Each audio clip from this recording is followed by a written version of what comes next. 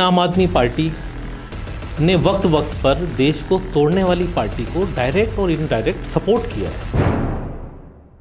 CAA जो एक bill बनाया है मोदी सरकार ने, उस बिल के खिलाफ में केजरीवाल ने एक शब्द नहीं बोला है। स्वाति मालीवाल, जिसको केजरीवाल ने अपॉइंट किया है, वो बोलती हैं, यात्रा निकालती हैं कि मैं महिलाओं के साथ हूँ। तो ये जो बैठी हैं, ये महिला नहीं है। एक बार भी वो नहीं आती हैं तो किस लिए नहीं आती हैं? क्योंकि बॉस का ऑर्डर नहीं है। लेकिन अब ये जो हमारी अपनी पहचान का मसला आ गया है सीएए का, इस मुद्दे पर इतनी दहशत है। अब आज हमें ज़रूरत है कि कोई हमारी आवाज़ उठाए, और वो हम उम्मीद करेंगे अपने नेता से। लेकिन हमारा नेता जो है वो मौन है। बीजेपी ने 370 हटाने का बिल लेकर के आए। केजरीवाल ने उस बिल का सपोर्ट किया। केजरीवाल चुप है, केजरीवाल हमारे साथ नहीं है।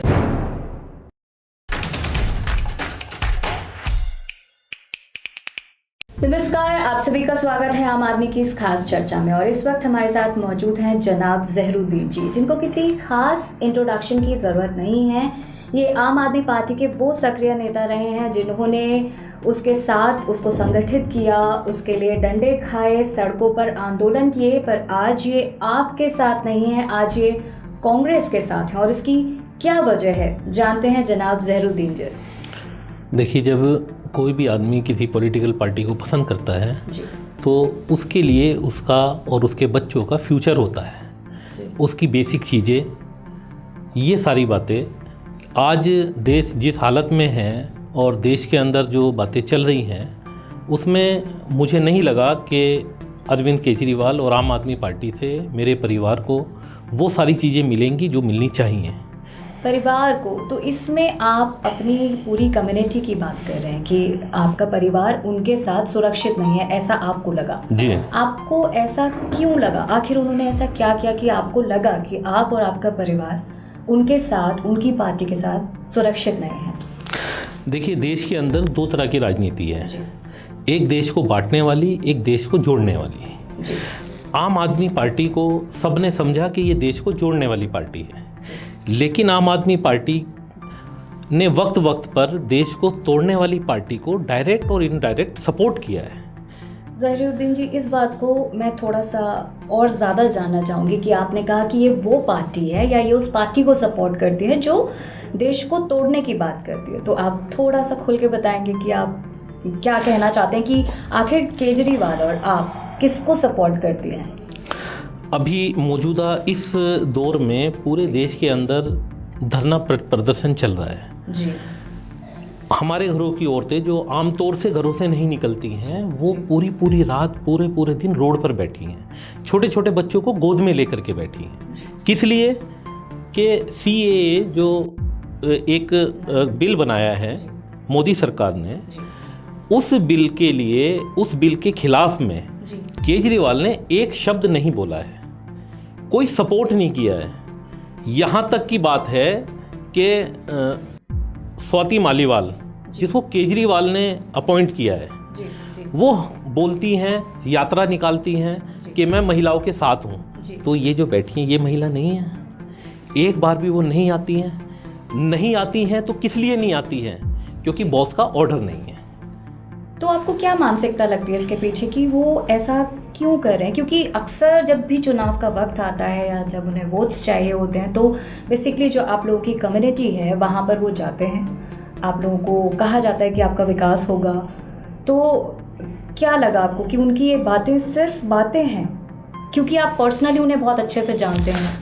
देखिए, तो क्या लगता है आपको, ये उनका एक बायस्ड नेचर है कि सिर्फ वो पार्टी में रहना चाहते हैं, इसलिए वो आप लोगों से झूठे वादे करते हैं? जितनी बातें उन्होंने कही थी वो तकरीबन अपनी सारी बातों से हट चुके हैं। जैसे हम जन लोकपाल बिल लेकर के आएंगे, हम एक नई तरह की राजनीति करने के लिए आए हैं। ये भ्रष्ट है, इनको टिकट नहीं देना है, इन लोगों से हाथ नहीं मिलाना है, हम अपने बच्चों की कसम खाते हैं, ये है। इस तरह की सारी बातें जितनी उन्होंने करी थी वो उन सब से हट चुके हैं। आपने अभी बोला कि वो जो कहते हैं वो उन्होंने नहीं किया, तो पर्सनली आप इस बात को मतलब कितना जस्टिफाइड पाते हैं कि क्या उन्होंने कभी आपसे ऐसे कोई वादे करे, आपकी कम्युनिटी से कोई ऐसे वादे करे जो उन्होंने नहीं किए? देखिए, सबसे पहली बात ये है कि देश के अंदर एकता का होना ज़रूरी है। हर वो बात, हर वो काम जिससे एकता रहेगी उसको सपोर्ट करना, ये मेरे नेता का, मैं समझता हूँ कि ये जिम्मेदारी है। लेकिन स्टेप बाय स्टेप अगर मैं अपनी कम्युनिटी की बात करूँ तो मैंने देखा है कि मेरी कम्युनिटी को चीट किया गया है। जैसे हमेशा दिल्ली से 3 राज्यसभा सांसद जाते हैं, उसमें से एक हमेशा जो है मुस्लिम चेहरा जाता था। केजरीवाल साहब आए, एक तरफा मुस्लिमों ने सपोर्ट किया, लेकिन उन्होंने मुस्लिम चेहरे को नहीं भेजा। उसके बावजूद भी मुस्लिमों ने इस पर ऑब्जेक्शन नहीं उठाया कि कोई बात नहीं, कोई बात नहीं, एक हमें नेता मिला है, अभी कोई बात रही होगी, चलो ठीक है अगली बार। लेकिन अब ये जो हमारी अपनी पहचान का मसला आ गया है, सीएए का और एनआरसी का, इस मुद्दे पर इतनी दहशत है कि जब हम घर में बैठ कर के, मतलब मैं अपने परिवार की बात करूं, कि जब हम घर में बैठ कर के खाना खाते हैं तो मैं देखता हूं घर में हमारी औरतें, हमारे बच्चे, उनके चेहरे पर एक दहशत होती है कि ये क्या होगा, ये हमारा घर है, हमारा, हम कहाँ चले जाएंगे, ये हमें मोदी कहाँ भेज देगा, हमें कहाँ डाल देगा। अब आज हमें ज़रूरत है कि कोई हमारी आवाज़ उठाए, और वो हम उम्मीद करेंगे अपने नेता से, लेकिन हमारा नेता जो है वो मौन है, बिल्कुल चुप है। अच्छा, क्या उन्होंने ये जो फेस या ये जो साइलेंस बिहेवियर अपनाया हुआ है, वो बोल नहीं रहे इस बारे में, तो क्या ये सिर्फ पब्लिक के सामने ही है कि वो कुछ बोल नहीं रहे, या पार्टी के अंदर भी उन्होंने इस बारे में कोई बात कही? जैसे आप पर्सनली उस वक्त शायद उनके साथ होंगे, तो क्या उन्होंने कभी कुछ ऐसा इमोशनल टच या कोई स्टेटमेंट नहीं दिया आप लोगों के लिए, या कोई सिक्योरिटी पॉइंट ऑफ व्यू? नहीं, सबसे देखिए सुनिए, किसी एक व्यक्ति के सामने मैं कोई बात कह दूं तो वो मेरी और उस व्यक्ति की बात है। नेता का काम होता है कि वो मीडिया के सामने कोई बात कहे ताकि वो एक एक आदमी तक, उसके वहाँ तक बात पहुँचे। तो अगर किसी के सामने कोई बात कही है उन्होंने, मुझे नहीं पता, मेरे साथ कोई ऐसी बात नहीं हुई, लेकिन आम लोगों को नहीं पता है कुछ भी, उन्हें सिर्फ ये पता है कि केजरीवाल चुप है, केजरीवाल हमारे साथ नहीं है। तो इस चुप्पी का जो असर आपकी कम्युनिटी पर हुआ है, आप मतलब क्या महसूस कर रहे हैं इस वक्त आपके कम्युनिटी के लोग केजरीवाल को लेकर? बिकॉज लास्ट टाइम आप लोगों का एक बहुत ही अच्छा उनको सपोर्ट मिला था जिसकी वजह से वो जीते थे, तो इस बार आपको क्या लगता है कि लोग उनको, आपकी कम्युनिटी इस बार उनको वैसे ही सपोर्ट करने वाली है? देखिए, 2 चीज़ें हैं इसमें। हमारे घरों की जो औरतें हैं वो बहुत दहशत में हैं, और हमारे जो आम आदमी पार्टी के वर्कर हैं वो उन्हें एक बात समझाते हैं कि अभी केजरीवाल का ना बोलना ये एक मसलहत है। तो मैं ये सोचता हूँ और मैं ये बात लोगों में बोलने के लिए निकला हूँ कि ये क्या मसलहत होती है मेरे मैटर पर, मेरे मुद्दे पर। अगर मेरा नेता आज नहीं बोलेगा तो फिर वो कब बोलेगा? और ये आज वो टाइम है जब वोट की ज़रूरत है। अगर वो मेरा नेता वोट की ज़रूरत पर भी मेरी बात नहीं बोलेगा तो फिर वो कभी नहीं बोलेगा। और अभी जैसे कि आपने शुरुआत में कहा कि आपने इस पार्टी को सिर्फ इसलिए ज्वाइन किया था क्योंकि ये चाहते थे देश को जोड़ कर रखना, लेकिन जो केजरीवाल का अभी जो आपने फेस डिस्क्राइब किया उसके हिसाब से वो नहीं चाहते कि देश के लोग आपसी एकता में रहें। तो इनडायरेक्टली आपने कहा कि वो किसी को सपोर्ट भी कर रहे हैं इस फीलिंग के साथ, तो वो किस पार्टी को सपोर्ट कर रहे हैं? नहीं, देखिए, बीजेपी ने 370 हटाने का बिल लेकर के आए, केजरीवाल ने उस बिल का सपोर्ट किया। अच्छा। कौन रहता है जम्मू कश्मीर में? वहाँ ज़्यादा तादाद में हमारी कौम के लोग रहते हैं। केजरीवाल ने डायरेक्ट उसको सपोर्ट किया, जो उनके राज्यसभा सांसद हैं उन्होंने उस बिल को सपोर्ट किया। ये बात भी हमारे लोगों को नहीं पता है कि केजरीवाल ने वो सपोर्ट किया है। तो जब एक ऐसी पार्टी को आप सपोर्ट करते हो, ऐसे मुद्दे पर सपोर्ट करते हो, तो फिर आप हमारे साथ नहीं हो। और अभी जब आप कांग्रेस के साथ आए हैं कुछ टाइम पहले ही, तो आपने ऐसा क्या सोचा या कांग्रेस में आपको ऐसा क्या दिखा कि आपने सोचा कि अब मुझे इस पार्टी से जुड़ जाना चाहिए? देखिए, कांग्रेस ही पूरे देश में बीजेपी के सामने बीजेपी का मुकाबला करने वाली जो पार्टी है वो कांग्रेस है। और इस मुद्दे पर जैसे ही ये सीएए का बिल आया, प्रियंका गांधी जी 2 बार इंडिया गेट पर आकर के बैठी हैं। किस लिए बैठी हैं? वो हमारी सपोर्ट में बैठी हैं। जितने बच्चों को कत्ल किया गया, जितने लोगों को मारा गया, उन सब के घर कौन गया है? प्रियंका गांधी गई है, कांग्रेस पार्टी गई है। लखनऊ में तो ऐसा हुआ कि वो अपनी सुरक्षा छोड़ करके, किस कंडीशन में, कि उनके परिवार के 2 लोगों को मार दिया गया है। उसके बावजूद वो अपनी सुरक्षा की परवाह ना करके स्कूटर पे बैठ करके, जब प्रशासन ने नहीं जाने दिया तो वो वहाँ गई। किसके लिए? हमारे लिए, देश की एकता के लिए। तो जो हमारी आवाज़ उठाएगा, हमारा उसे समर्थन है, उसी की हम मेहनत करेंगे, उसी की हम कोशिश करेंगे। हम आज के चुनाव को नहीं देखते हैं, हम हमेशा आगे वाले अपने बच्चों के भविष्य देखते हैं कि हमें उसी पार्टी को सपोर्ट करना है जो पार्टी हमारे लिए खड़ी रहती है, और वो कांग्रेस पार्टी है। और बीजेपी की प्लानिंग ही ये है कि कांग्रेस को कमज़ोर किया जाए, तीसरा विकल्प खड़ा किया जाए। अब ये बात हमारी समझ में आ गई है कि ये बीजेपी की तरफ से खड़ा किया गया तीसरा विकल्प था दिल्ली में, जिसे बीजेपी ने सपोर्ट करके इसको बढ़ाया है। तो अब हम इसके लिए मेहनत करेंगे, अपने लोगों को समझाएंगे कि कांग्रेस की तरफ, अपनी मेन पार्टी की तरफ हमें लौट करके आना है। अच्छा, तो आप लोग का हमेशा से क्योंकि एक सपोर्ट रहा है कांग्रेस की तरफ और आपको लगता है कि वो आपके लिए आवाज़ उठाते हैं। ज़हरुद्दीन जी, एक बहुत ही बेसिक सा सवाल है। दिल्ली वाले और आम जनता जो जानती है केजरीवाल को, पर्सनली इस बात से उन्हें सपोर्ट करती है कि उन्होंने बहुत वेलफेयर के काम करने के प्रोमिसेस करे थे और शायद किए भी हैं कुछ। तो आपको क्या लगता है, क्या जो वो कहते हैं वो पूरा करते हैं, जितने वादे आम जनता के लिए? It's not about only your community, सिर्फ आपकी कम्युनिटी के लिए नहीं है ये बात, पूरी दिल्ली वासियों के लिए बात है कि जो उन्होंने वादे किए उसको किस हद तक पूरा किया। देखिए, जब सरकार सत्ता में आती है, कोई भी पार्टी सत्ता में आती है, तो उसके पास एक बहुत बड़ा प्रशासन होता है, पैसा होता है। पैसा है, प्रशासन है, तो काम तो होंगे। लेकिन इस 5 साल में उनकी तरफ से कोई ऐसा दिल्ली के बहुत विकास के काम की स्टार्टिंग नहीं हुई है। जैसे शीला जी की सरकार ने फ्लाईओवर से पूरी दिल्ली को बिछा दिया था। यहाँ जो फ्लाईओवर का इन्होंने रिबन काटा है, वो पिछली सरकार का, कांग्रेस सरकार का वो उद्घाटन किया हुआ था और इन्होंने उसका रिबन काटा है, चाहे वो सिग्नेचर ब्रिज हो, चाहे वो बाकी और फ्लाईओवर हो। तो अब सरकार है, उसके पास पूरा अपना एक सिस्टम है, पैसा है, तो काम तो करेगी ना सरकार, इसीलिए उन्हें चुना है। लेकिन जो ये फ्री के चक्कर में जो एक मतलब आने वाले टाइम के लिए, देखिए, जब आप आज बैठ करके आज से 20 साल बाद के लिए कोई प्लान बनाएंगे तो उसके लिए पैसा चाहिए। वो ऐसे ही नहीं होगा, हवाई नहीं होगा। वो प्लान आपके दिमाग में नहीं है, आपके दिमाग में है कि आज जो है लॉलीपॉप दो और सत्ता में आ जाओ। तो ठीक है, सच में लोगों को ये आपने जो एक शब्द यूज़ किया, लॉलीपॉप देके जनता से वोट लेते हैं और जनता उन्हें इसी लॉलीपॉप के बहाने वोट दे देती? नहीं, ये सच लॉलीपॉप ही है।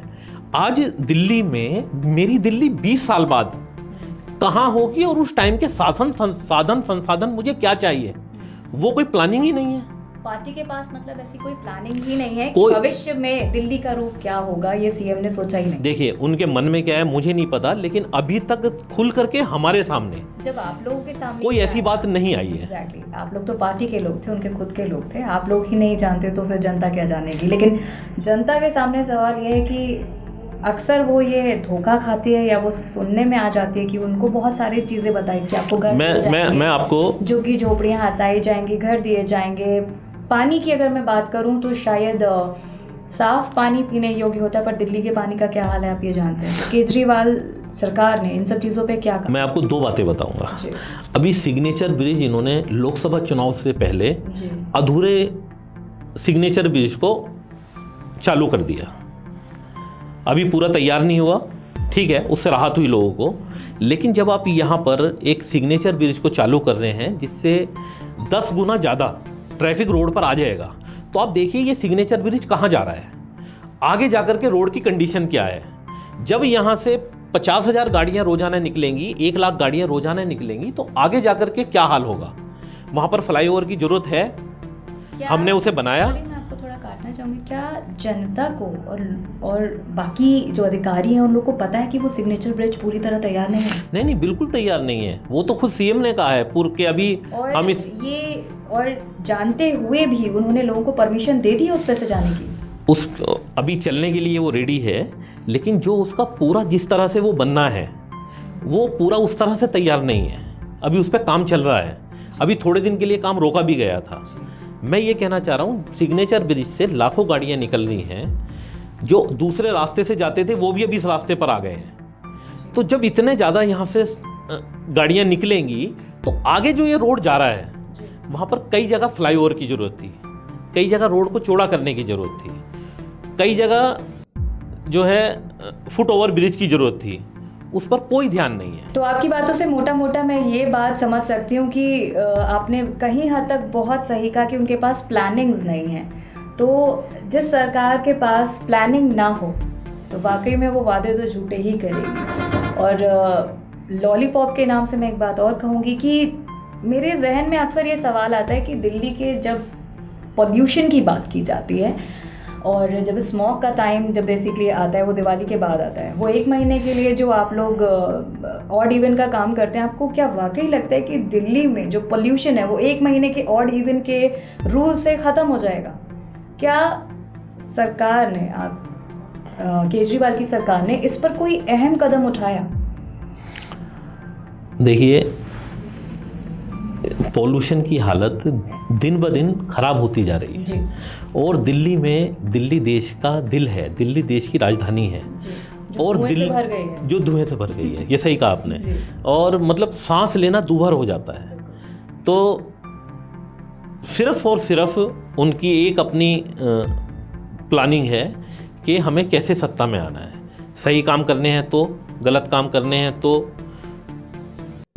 बस सत्ता में आना है। उनके अंदर भी आपको कहीं ना कहीं या सबसे ज़्यादा परसेंटेज इसी बात का दिख रहा है कि उन्हें सत्ता में रहना है, बस और सोशल वेलफेयर और जनता का भला, ऐसा कोई भी कॉन्सेप्ट उनके दिमाग में? मैंने आपको कहा सरकार है, सरकार के पास पैसा है, साधन संसाधन है, वो काम करेगी।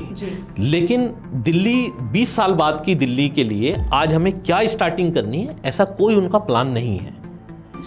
कोई ऐसी उनके पास कोई अभी हमने नहीं देखा, नहीं सुना।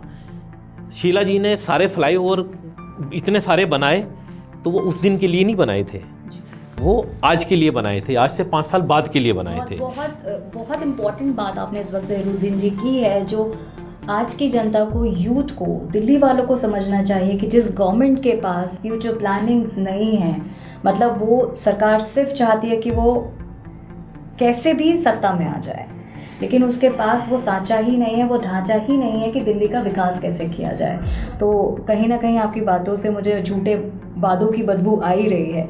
और मैं आपसे ये चाहती हूँ कि आप जो उनके फैंस हैं, जो डाई हार्ट फैन हैं केजरीवाल के, उनके लिए आप क्या कहना चाहेंगे, जो उन्हें बहुत पसंद करते हैं? मैं आम आदमी पार्टी के कार्यकर्ताओं से ये कहना चाहता हूँ कि आप लोग सोचिए और अकेले में बैठ के ठंडे दिमाग से सोचिए। इस चुनाव में केजरीवाल जी ने 45-46 टिकट जो हैं वो रिपीट किए हैं, विधायकों को टिकट दिए हैं। बाकी 24-25 सीटें थी, कार्यकर्ताओं को दे सकते थे लेकिन नहीं दी है। वो टिकट दूसरी पार्टी से जो लोग आए हैं, ज़्यादातर उन लोगों को टिकट दी है। क्या हमारा वो कार्यकर्ता जो एक आवाज़ पर हज़ारों कार्यकर्ता इकट्ठे हो जाते हैं, क्या उनके पास पैसा नहीं है? क्या उनके पास साधन संसाधन नहीं है? क्या वो टिकट नहीं लड़ सकते, चुनाव नहीं लड़ सकते? लेकिन किसी को भी टिकट नहीं दिया है। तो आप लोग सोचिए, आपका यूज किया जा रहा है। इस चुनाव में एक बात और है, पहले मैं कार्यकर्ताओं से कहना चाहता हूँ, आप लोग सुनिए, जिस जज्बे से हम लोग आए थे कि ये कार्यकर्ताओं की पार्टी है। पहले कहते थे कि हमने एक पेंशन लगाने वाले के बेटे को टिकट दिया है, हमने फला गरीब को टिकट दिया है। ये 70 टिकट आए हैं, पूरी लिस्ट मेरे कार्यकर्ता साथियों, आप लोगों के पास है, आप देखिए कौन उसमें गरीब है, किस गरीब कार्यकर्ता को टिकट दिया है। मैं कह रहा हूँ गरीब कार्यकर्ता की तो छोड़िए, किसी पैसे वाले कार्यकर्ता को भी टिकट नहीं दिया है। तो फिर टिकट दिया किसे? टिकट दिए हैं दूसरी पार्टियों से लोगों को बुला बुला करके। अच्छा। कि आप बीजेपी वाले हैं, आप आइए, आप ये टिकट लिए, चुनाव लड़िए। पार्टी कहती ये बहुत अच्छा मसला आपने अभी बोला कि उन्होंने अपनी ही पार्टी में बीजेपी के लोगों को बुलाया है और दूसरी पार्टी कांग्रेस के लोगों को बुलाया है और लोग आए हैं, एक दिन पहले आए हैं और उनको टिकट दिया है। जबकि पार्टी का ये कहना था कि पहले 1 साल तक जी। हमारे यहाँ कार्यकर्ता जो रहेगा उसको टिकट मिलेगा, उसे 1 साल कार्यकर्ता बन के रहना पड़ेगा। वो सारे नियम कायदे तोड़ दिए सिर्फ और सिर्फ सत्ता के लिए। मतलब जबकि आप समझते हो केजरीवाल साहब कि हमारी सरकार बनेगी, जब आपकी सरकार बन रही है तो अपने कार्यकर्ता को तो दे दो। आपने 5 साल काम किया है तो आपके काम पे आपका कार्यकर्ता जीत जाएगा। लेकिन कार्यकर्ता को बिल्कुल भी कोई अहमियत नहीं दी जाती है, लेकिन कार्यकर्ता जितनी मोहब्बत करता है उसे धोखा ही मिल रहा है। तो इसलिए मैं कार्यकर्ताओं से गुजारिश करता हूं कि आप सोचिए इस बारे में। और दूसरी बात, मैं दिल्ली के लोगों से और ख़ास तौर से मुसलमानों से गुजारिश करता हूं कि आप लोग सोचो, उस पार्टी को वोट देना है जो हमारी आवाज़ उठाती है। हमारी माँ बहनें रोड पर बैठी हैं, बच्चियां हमारी बैठी हैं, हमारी बच्चियों पर, हमारे बच्चों पर कॉलेज में हमला होता है। जब हमारा नेता, हमारा मुख्यमंत्री एक आवाज़ ही नहीं बोलता है, उनसे मिलने नहीं जाता है, तो आप सोचिए कि उनकी क्या सोच है। और उनकी इस सोच पर आज आपके पास मौका है। लोकतंत्र में आपके पास जो चाबुक है वो वोट का चाबुक है। अगर आज आपने चाबुक नहीं मारा तो 5 साल तक आप अपने उस चाबुक का यूज नहीं कर सकते, क्योंकि वो फिर चुनाव में ही काम करता है। तो आज ये चाबुक मारिए उस आदमी को, उस पार्टी को जो आपकी आवाज़ नहीं बन रही है। जनाब, आपने बहुत सारी बातों से हम लोग को मुखातिब कराया, हमें समझाया, किसी का एक असली चेहरा आप सामने लेकर आए। मैं आपसे एक और गुजारिश करूंगी कि आपने अपने भाइयों को तो स्पेशली कहा कि जो आपकी आवाज़ आपके लिए उठाएं उनका सपोर्ट कीजिए, पर क्या आप दिल्ली की जनता को भी कोई मैसेज देना चाहते हैं? मेरी एक अपील है, हिंदू मुस्लिम भाईचारा जितना ये मजबूत होगा उतना देश मजबूत होगा। जी, बिल्कुल सही कहा। अगर हम हिंदू मुस्लिम भाईचारे में दिक्कत है तो वो देश की तरक्की में दिक्कत है। इसलिए कांग्रेस पार्टी के बारे में आप सब जानते हैं, कांग्रेस पार्टी देश में हिंदू मुस्लिम भाईचारे को कायम रखने वाली है, बढ़ाने वाली है। तो मैं सब लोगों से गुजारिश करता हूं कि आप कांग्रेस पार्टी को सपोर्ट करें। कांग्रेस के पास एक देश को आगे ले जाने का एक प्रोग्राम है, एक विजन है। तो कांग्रेस को आप सपोर्ट करेंगे और ऐसा कभी नहीं होता कि हम उस चुनाव में तो उस पार्टी को करेंगे, उस चुनाव में उसको करेंगे, ऐसा नहीं होता। जिस पार्टी को मजबूत करना है उसे हर चुनाव में सपोर्ट करेंगे, तभी वो मजबूत होगी। तो इसलिए कांग्रेस को वोट दें, देश को मजबूत करें।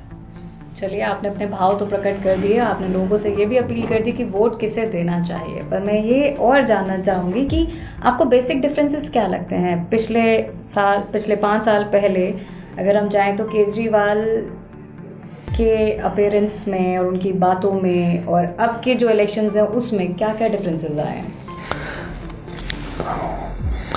एक तो बेसिक डिफरेंसेस तो आपने एक बहुत बेसिक डिफरेंस बता ही दिया हमें कि जो वो बोलते हैं वो नहीं पूरा करते। अभी केजरीवाल जी रैली कर रहे हैं जी, सब विधानसभा में जा रहे हैं, तो आप उनकी कुर्सी का रंग देखेंगे तो उन्होंने अपनी कुर्सी को भी भगवा कर लिया है। अच्छा, तो मैं समझ रही हूँ आपका इशारा, आप क्या कह रहे हैं। तो मतलब एक नेता जो सेकुलर नेता जिसको समझते थे वो किस तरफ जा रहे हैं, और ये वो जान ही रहे हैं, ये उनकी वो मानसिकता है जो वो दिखा रहे हैं। तो ये दिल्ली की जनता को देखना है, समझना है कि ऐसी मानसिकता वाले नेता को हमें सपोर्ट करना है या नहीं करना है। तो दोस्तों, आपको आज ज़हरुद्दीन जी ने बहुत सारे सच से रूबरू कराया और वाकई में आपने जितने भी बातें बताई उनके बारे में, ये शायद दिल्ली की जनता नहीं जानती थी और लोग नहीं जानते थे, क्योंकि केजरीवाल के लिए हमेशा लोगों ने बहुत अच्छा सोचा है, समझा है। इनफैक्ट अभी भी बहुत चैलेंजेस हैं अदर पार्टीज़ के लिए कि उनसे कौन टक्कर लेगा, पर आपने जो सच्चाई बताई है, जाहिर सी बात है जनता उसको सुनेगी, सोचेगी, समझेगी और तभी अपना वोट देगी। बहुत अच्छा लगा आप यहाँ आए, आपने हम सबको इतनी अच्छी बातें बताई। तो दोस्तों, आम आदमी में आज बस इतना ही। जल्द मिलेंगे कुछ और नई खास खबरों के साथ, तब तक के लिए नमस्कार।